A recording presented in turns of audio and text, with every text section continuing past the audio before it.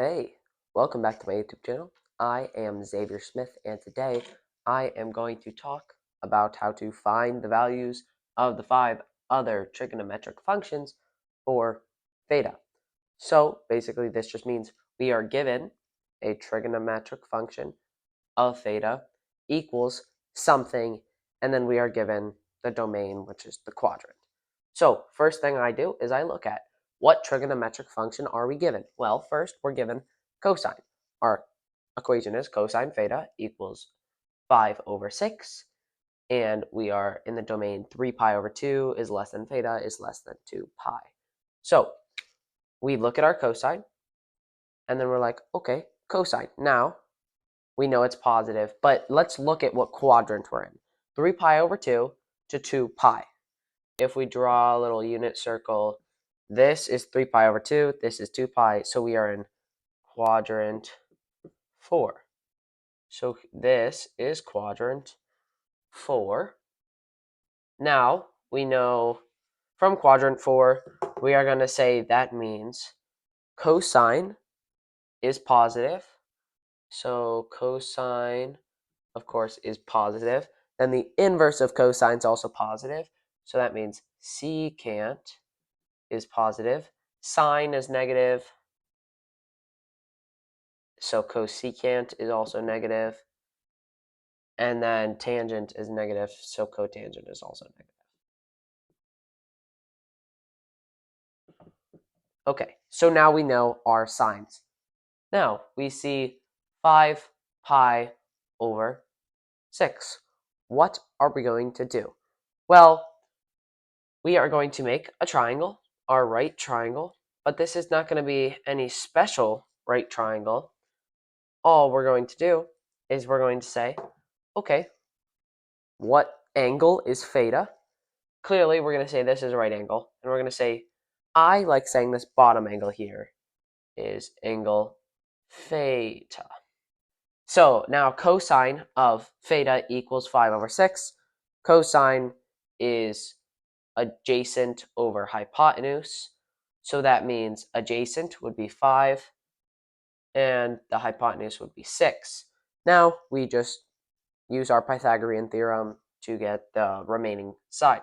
So that would be 5 squared plus, we'll just call it x squared, equals 6 squared. So 25 plus x squared equals 36.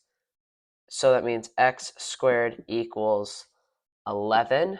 So x equals root 11. There's no plus minus because you can't have a negative distance on a triangle. So root 11 is that side. Now, all we do is we go from angle theta and find the rest of the angles.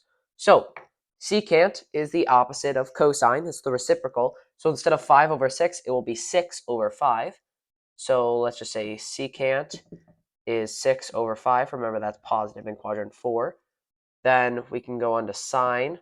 Sine of this angle is opposite over hypotenuse, so root 11 over 6.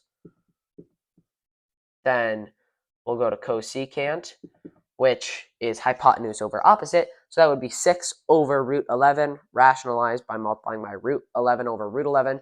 You'll get 6 root 11 over 11. Then tangent.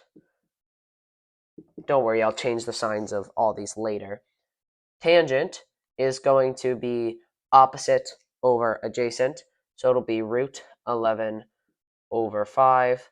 And cotangent is going to be adjacent over opposite. So it'll be 5 over root 11. Rationalize again, you'll get 5 root 11 over 11. Now, we look back to our quadrant. We have cosine's positive, secant's positive. Good. We already had cosine. Secant's positive. Sine and cosecant are negative. So this sine is going to be negative root 11 over 6. Cosecant's going to be negative 6 root 11 over 11. Tangent's negative and cotangent's negative. So tangent is negative root 11 over 5, and cotangent is negative 5 root 11 over 11. Now, we can go on to secant theta equals negative 9 over 4, and our domain is pi over 2 to pi is less than pi is less than. is less than theta is less than pi. So pi over 2's our big vertical, and then pi is our 180 degrees, well, pi. So if we go on our unit circle, here is pi over 2, here is pi, so we are in quadrant 2. Now, in quadrant 2, we know that cosine is negative. Put a big Q2 there. Cosine's negative. We already got that secant is negative. Then sine is positive.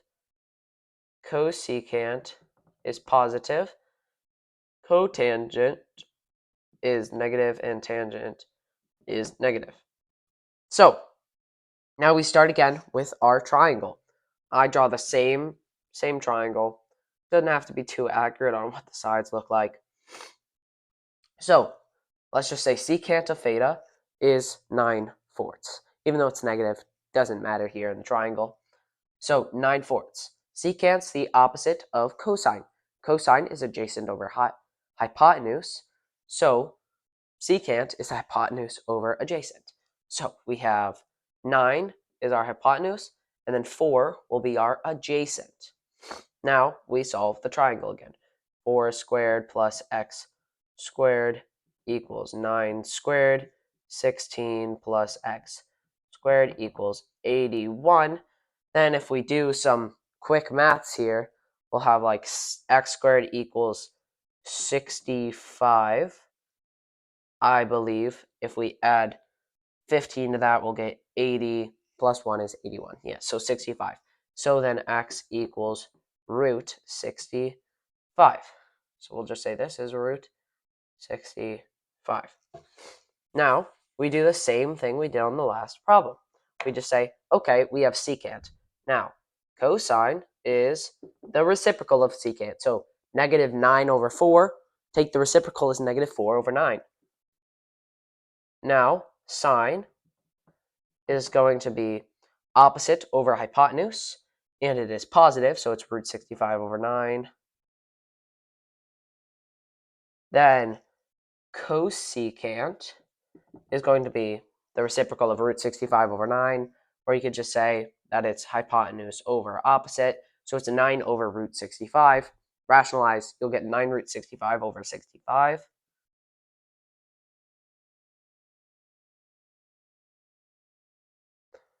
Now we'll just keep going.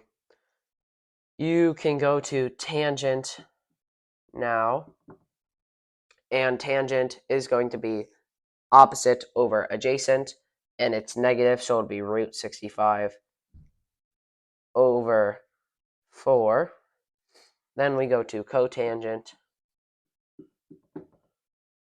and we will get also negative. It'll be adjacent over opposite, which will be 4 over root 65. Rationalize, you'll get 4 root 65/65.